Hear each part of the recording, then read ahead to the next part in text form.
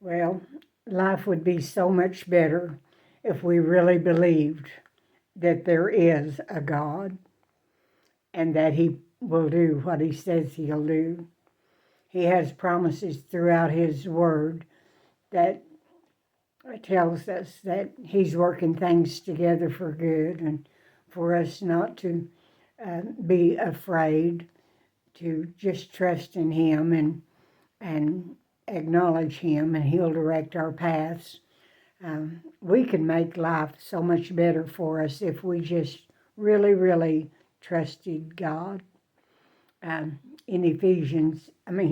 in First Corinthians, probably Second Corinthians, um,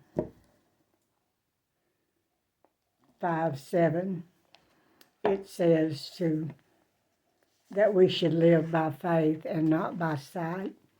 And we're so used to living by our five senses, what we can see, hear, smell, taste, feel,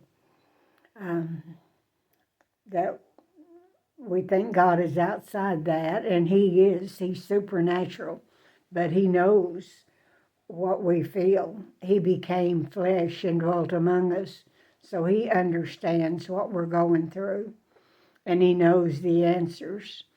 And He says in Matthew 11:28, "Come unto me, all ye that labor and are heavy laden, and I will give you rest." So that's really what He wants for us. He wants to direct our lives and give us rest. He wants us to be encouraged. He doesn't necessarily want to comfort our bodies, although that's what we want most. But He knows that these bodies are temporary. They won't last forever. So whatever we have to suffer in these bodies won't be for long, because at the most we live to be 100 or so years. That's not very long at all compared to eternity. We can turn our eyes upon Jesus, or we can keep looking at the bad things in this world. And I'm not saying this world is not bad, because it is. It's an evil world, and we know that. We face it every day.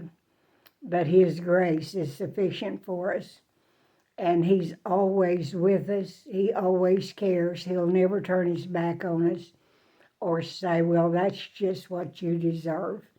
Because if He gave us what we deserve, we'd all go to hell. He bled and died to give us eternal life with Him. So if that's not love, there ain't none. God is love, and He loves each and every one of us, no matter what we've done or haven't done, no matter what we're going through. He's going to take us through it. Some of us, He takes us through it by taking us home. That would be okay with me, but my kids don't want me to go yet. So I guess I'm not done. I'll hang around for a little longer, but I'm going to trust the Lord, because that's why I'm so blessed, is because He meets my needs.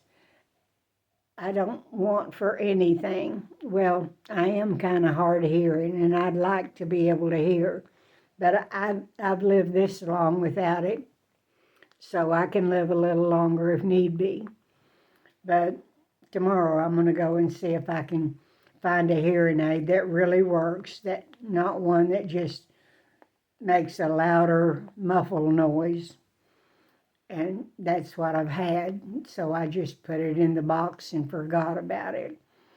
But the Lord showed me how great it would be if I could hear. I would be involved in things instead of sitting on the sidelines watching life go by.